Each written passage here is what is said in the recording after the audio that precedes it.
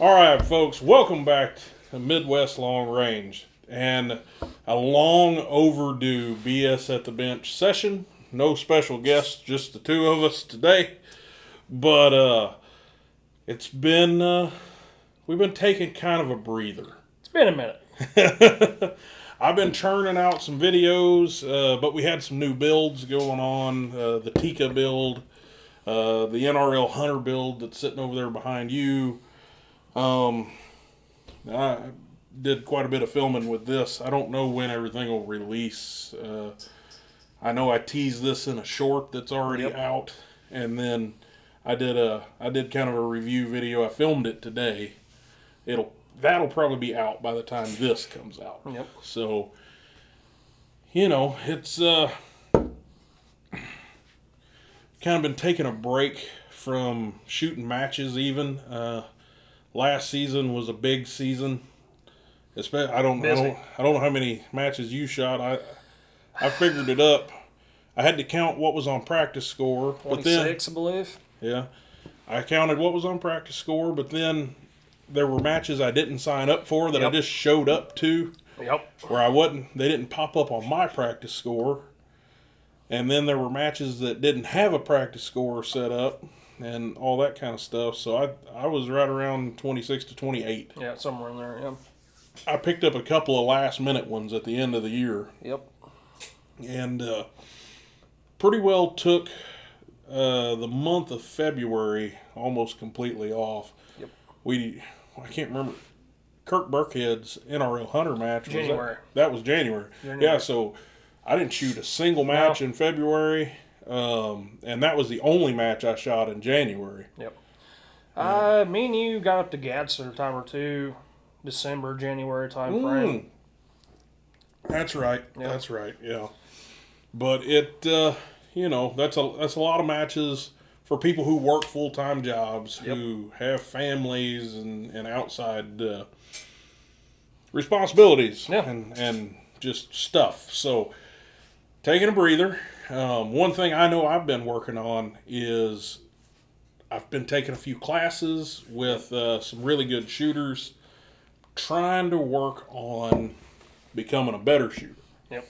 Don't get me wrong, guys, I love doing the YouTube thing, but when I started this, I was more focused on being a shooter. I wanted to shoot competitively. Call it a midlife crisis or whatever you want to call it, but it was... I'm in my 30s, and I don't know how many more chances I'm going to get to be good at something, right? So I think any man will face that at some point, like, oh, crap, Yeah. How many more chances am I going to get to do something? That's just it. I'm kind of a young pup when we go to these matches and stuff, as he likes to call me, but, baby-faced ginger. I'm coming up on 30. Granted, I'm not that old, but working back at night shift again, the job I'm currently employed with, offered me a lot of money to take a night shift position, couldn't, pass it up. And, man, going back to nights has been a change for the last 6-7 months now.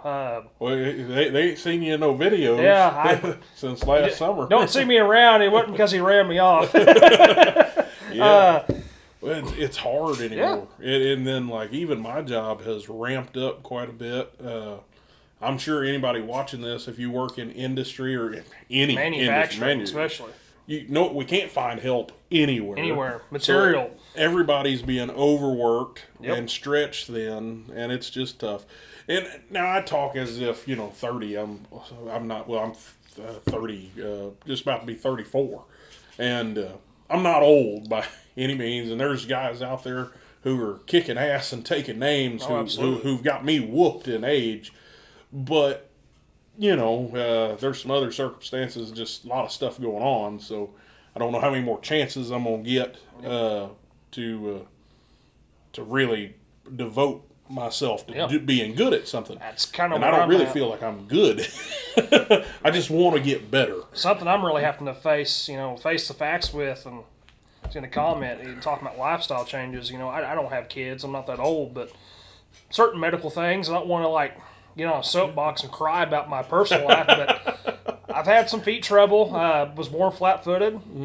Had a lot of trouble as a kid and teenager, 20s, didn't bother me. I kind of forgot about it, and all of a sudden it's starting to creep back up on me. And trying to figure that out. I hear you.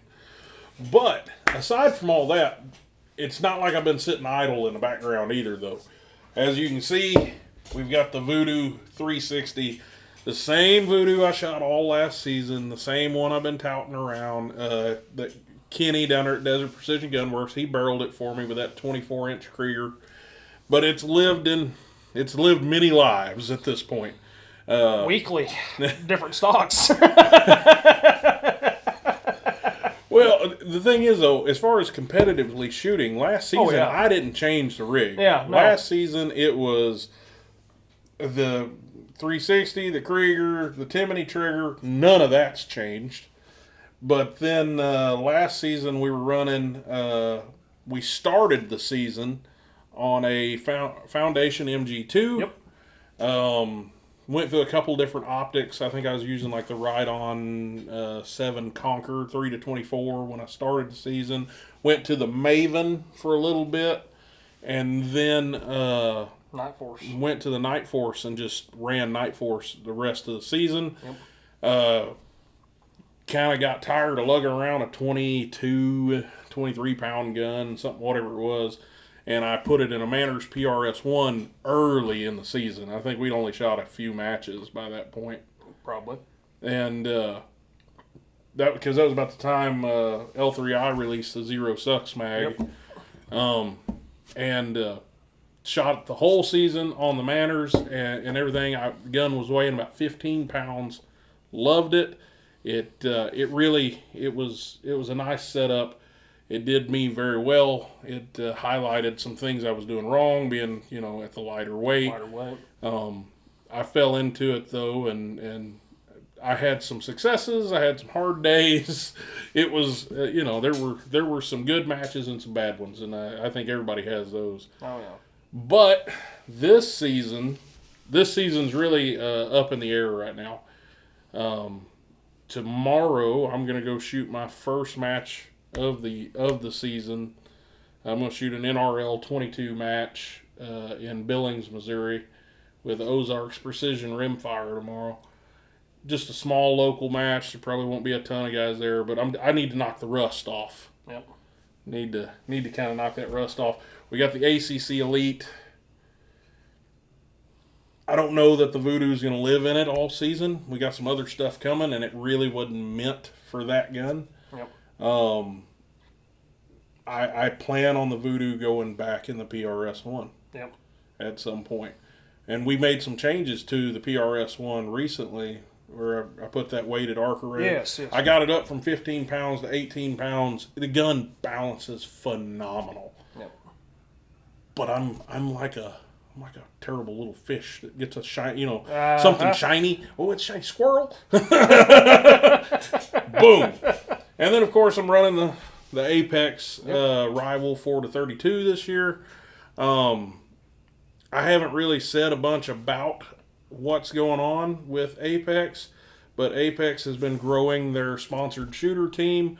And I met those guys when you and I went to Precision Rifle Expo. Yeah, Precision Rifle Expo down in Texas, and really hit it off with them. I like that group a lot. Good people. And they asked me if I would be interested in participating in their sponsored shooter team. So I guess that's kind of the formal announcement. Yeah. I don't think I've told anybody, which ain't really much to it. I mean, I'm going to shoot their optics this season, and I'm anxious to get my hands on their binos. No, absolutely. The binos we tried in Texas at the expo were, watch out for them, guys, are game changers. Yeah, sure. Man. What were they called? The Pros or something? I don't remember the name. I can't remember either.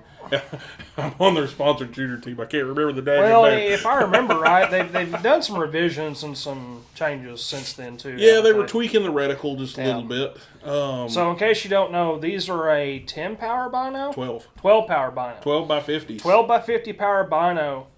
Glass is... I'm not Solid. a real... Huh? Solid. Oh, absolutely. Yeah, I was going to say, I'm not a real glass snob when it comes to binos. As long as we're clear and I can pick out a target at, whatever range I'm going to be engaging. The reticle. Why no one in this industry, for as long as it's been now, and as popular as it's got, no one has done a reticle in a bino is beyond me. But then, Apex is doing theirs, and that was the first one I'd heard of. Yep.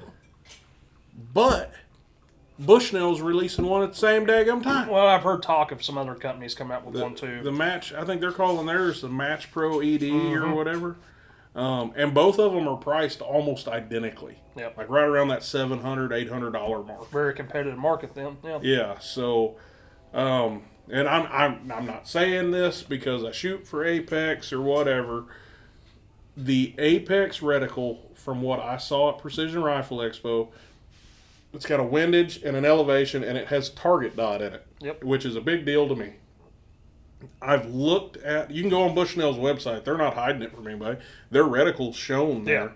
And I did a lot of weird stuff going on. I'm not sure I'm a big fan, but I'd like to see one in person to evaluate. That's always been my hang up with Bushnell. We've talked about this a lot. I know a lot of guys that are big Bushnell fanboys, love their optics. They have good luck with them. They win with them, but the reticles, man, their own proprietary stuff just doesn't really jive with me, and unless you get a Horus, which I don't really jive with at all. Have you seen the new reticle, though? So is it the one with 1/4 mil subtension? I know they come out with one. There's a new reticle in the new Match Pro. Okay. The 5-25. I looked at it. Yeah, DJ had one. Deej had one up there, part of the Missouri Misfits. Hi, Deej. He had one. I only got to look at it briefly, and he had to run at the end of the match and whatever. But it was. He and I talked about it a little bit that morning, and he seemed really. I was for the minute that I had it in my hands and was looking. Yeah, I didn't see anything wrong with the optic. I mean, I've got a few Bushnell things sitting around.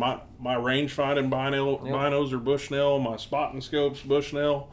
I don't have any issues with them. As far as like a precision rifle scope, they just haven't had anything that jumped out at me as something that until this scope. Yeah. I would like to get my hands on it and just compare it against other scopes at its price point. I think it's like $699. Well, I can remember when they debuted the first Match Pro, or what was called the Match. The one that really targeted the NRL 22.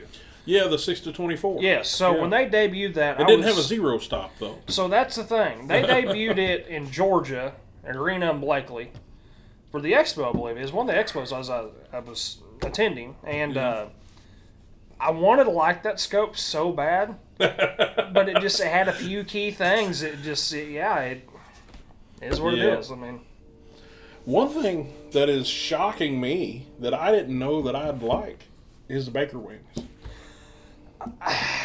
Nothing against MPA, but they beat the hell out of the rail system, man. Yeah. Oh, yeah. I've never had an MPA chassis myself. I've been, just for the channel's sake. Now, you guys watch all this stuff, and you're like, who? I've had a few people say, they use the phrase, it must be nice. Yes, there have been a few things donated to the channel, but I promise you, not worth what's invested.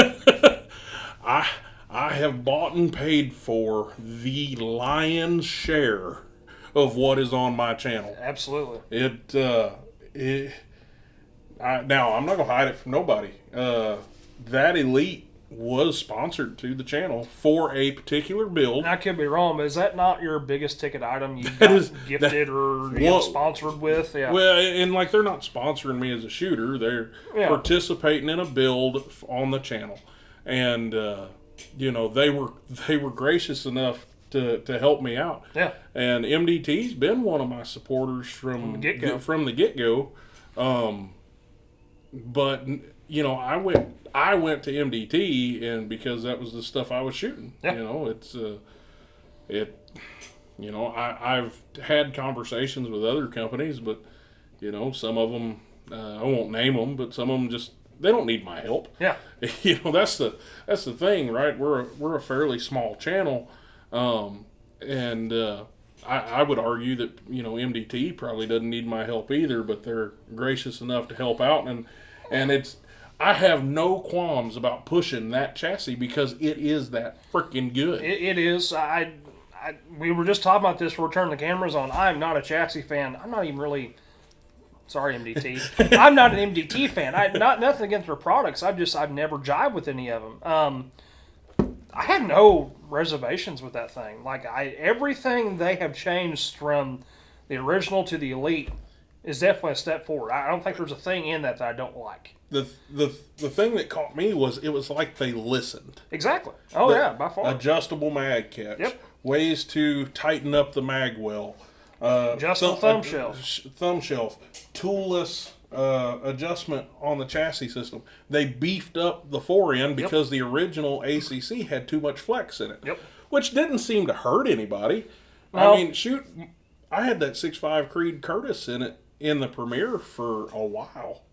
And I mean, shit, we used to, I mean, that gun hammered. Yeah. I mean, we took it to Big Piney. Well, look at how many of them's out there. I mean, just in our local area, how many, not elites, but ACCs we was around.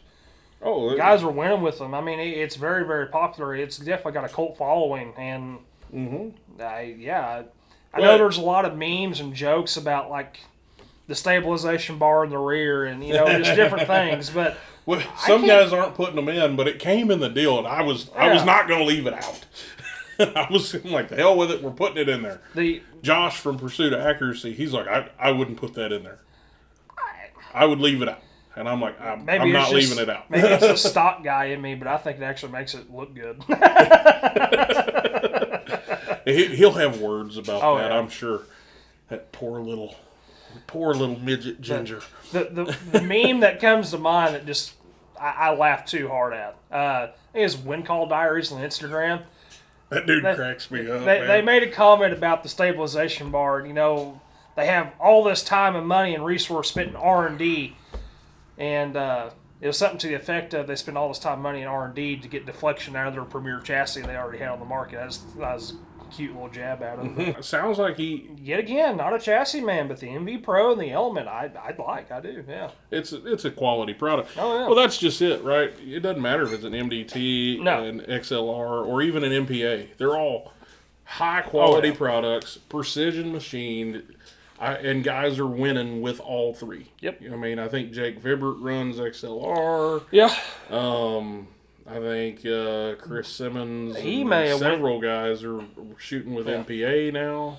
Well, I was going to say, I think Vibert's even with MPA now. Is he? I think so. He may, which he shoots for Curtis, doesn't he? Yeah, shoots for Curtis, Benchmark Barrels, US Optics. I can't remember. He's got a big sponsor list. Yeah, which Curtis is heavily tied to MPA and Phil Cashin. So, you know, those...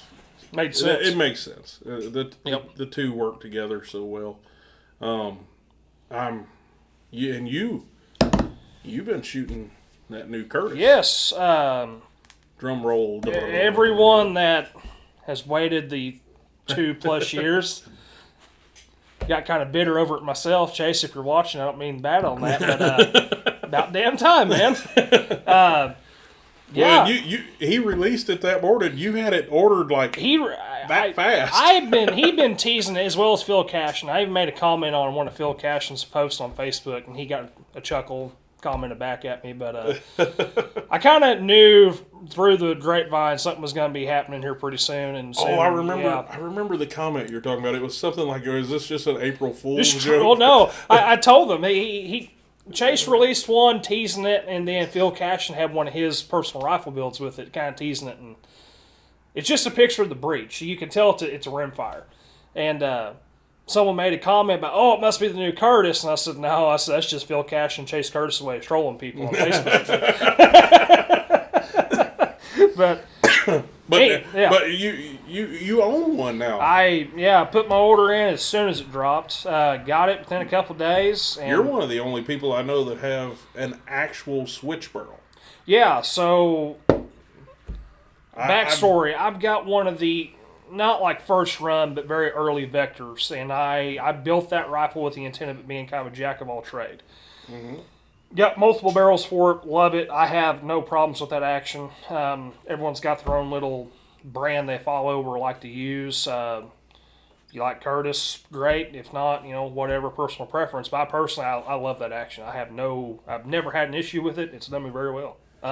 You and I both catch a lot of crap out of them Oklahoma boys. Oh, yeah. We're, and it's not like over here in Missouri everybody's running Curtis. It's actually quite the opposite. Oh, yeah. We're kind of the minority over here. Until you had a handful of them, I think the only people I'd ever see actually have a Curtis in person was me and Dave Odom. Yeah, that's it. I forgot about Dave. But yeah, I mean, I've had 3 or 4 Axials now. Yep. I've never went big and spent the money and bought the Valor or the Vector or anything like that. Which somebody had a Valor on Sniper's Hide the other day, and I was like, ooh, no. Like, hold up. But like for me, I've got 2 Curtises right now. I sold the third one to Josh. He was messing with it for a little bit, but I've got I don't know if the camera can see it over there, but my NRL hunter gun's built on an Axiom, and my main PRS centerfire gun is built on an Axiom. It's 25 Creed. Anybody who's watched the channel knows that's kind of my cartridge of choice right now. It's probably a bit too much recoil compared to the 6mm guys, but yeah, it's just. That's just it. I can't read wind, damn it. We're not being competitively, neither one of us are really competitive in centerfire. We go to have fun. It's a hobby sport. It's fun to jack around with. At this point, it might as well be a target rifle. I just take to the range. I need to get back into doing components. Everyone. I don't need to say this. I'm sure everyone's tired of hearing it, but components, man, it's just not what it used to be. They're finally getting to be a little bit more available, but the prices are still very high. Yeah. And then on top of all of that, you convinced me to build a 22 Creedmoor. Yep. But I didn't do that on a Curtis. I did that on a Remington 700. I actually reacquired my original precision rifle build action, the action that it was built on anyway. I had a 700 that started life as a 5R Gen 2 and 6.5 Creed on the HS stock and all that kind of stuff. And realized real quickly that it was subpar for what I was trying to accomplish. And then I ordered a Rimage barrel from Crown Ridge, which I've had great luck with. Tons of his barrels. Oh, yeah. Crown Ridge Barrel Works. Anthony, if you're watching, hey, buddy. Awesome products. Yeah, he knocks it out of the park. But I think that back then that gun was a 6mm Creed, and that was my original ACC. Yep. But I sold, I tore it all down and sold it all away to build my first Curtis. Now I've got it back. Called Anthony. Yep. And he spun me up a Schillen, what is 7.5 twist, I believe. 4 groove 7.5 twist, chambered 22 Creedmoor. Is like a kind of a medium Palma. Yeah, medium Palmish, yeah. Yeah, somewhere right in that territory. Remington Sendero. Yeah, right there in that Sendero kind of taperish.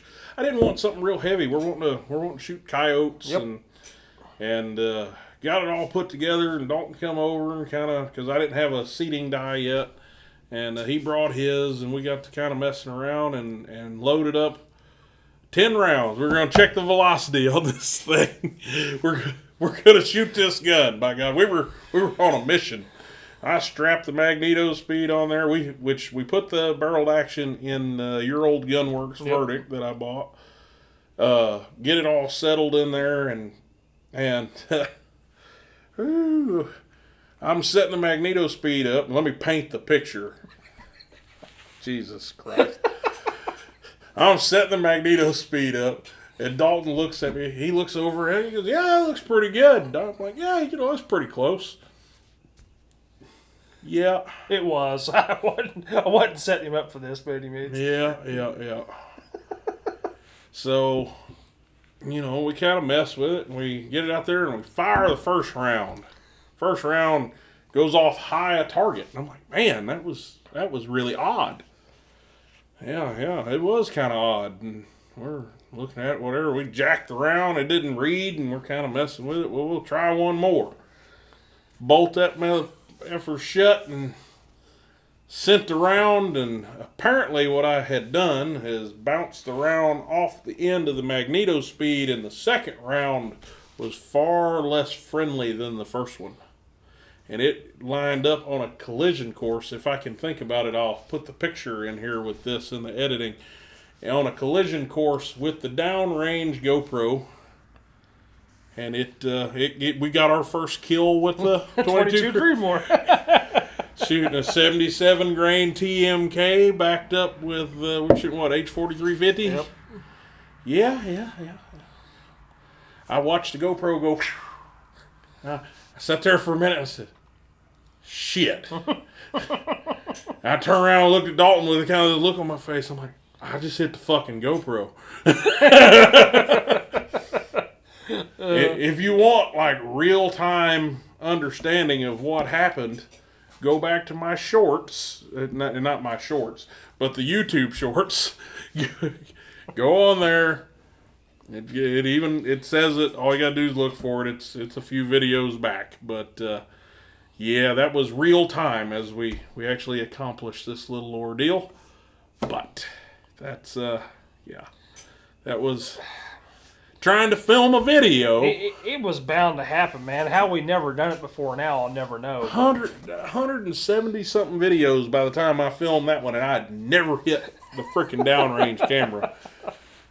And it's not like I feel worse about it because it's at 95 yards. Yep. It's at 95 freaking yards. It's not like I hit it on accident due to wind at 600 yards. Man.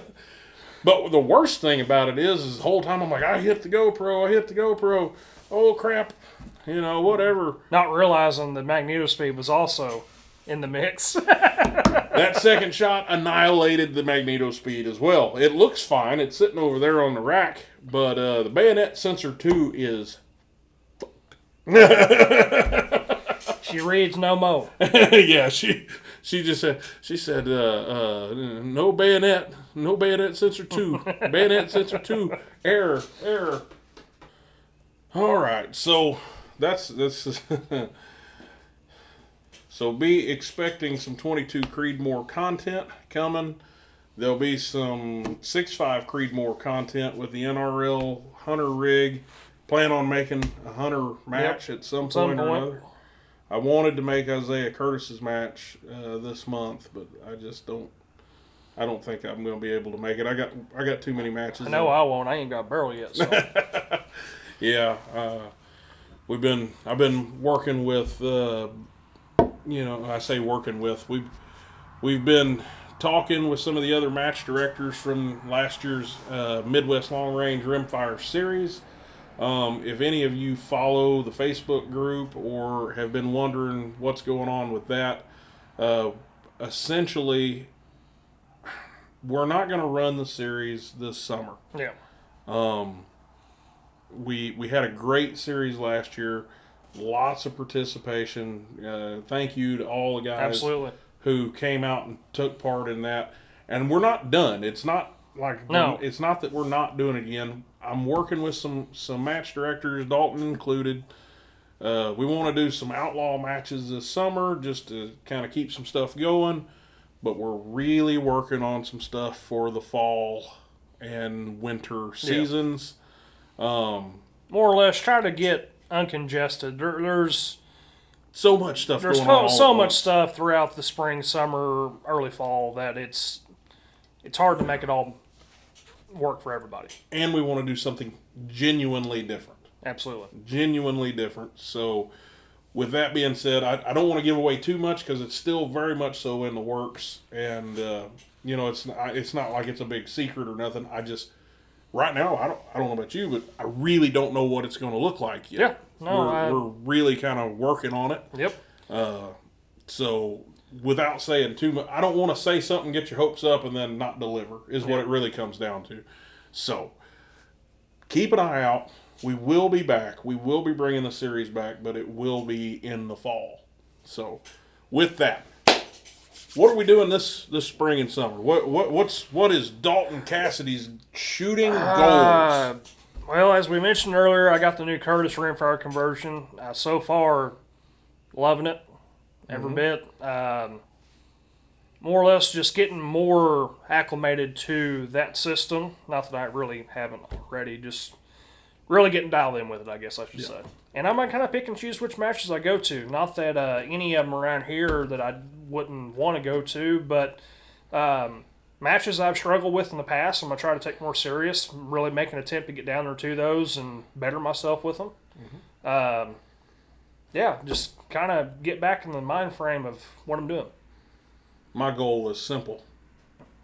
Beat his ass every time we step on a time. So, some local guys probably know about this, but me and Chris have this this tendency of more or less, we don't care who we beat, as long as the guy we rode with, we beat him, right?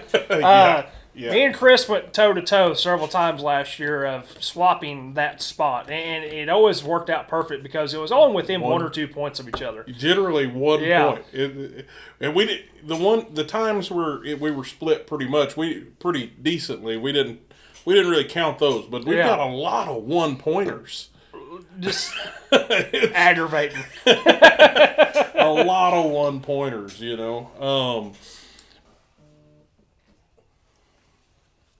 Bobby, I will call you back.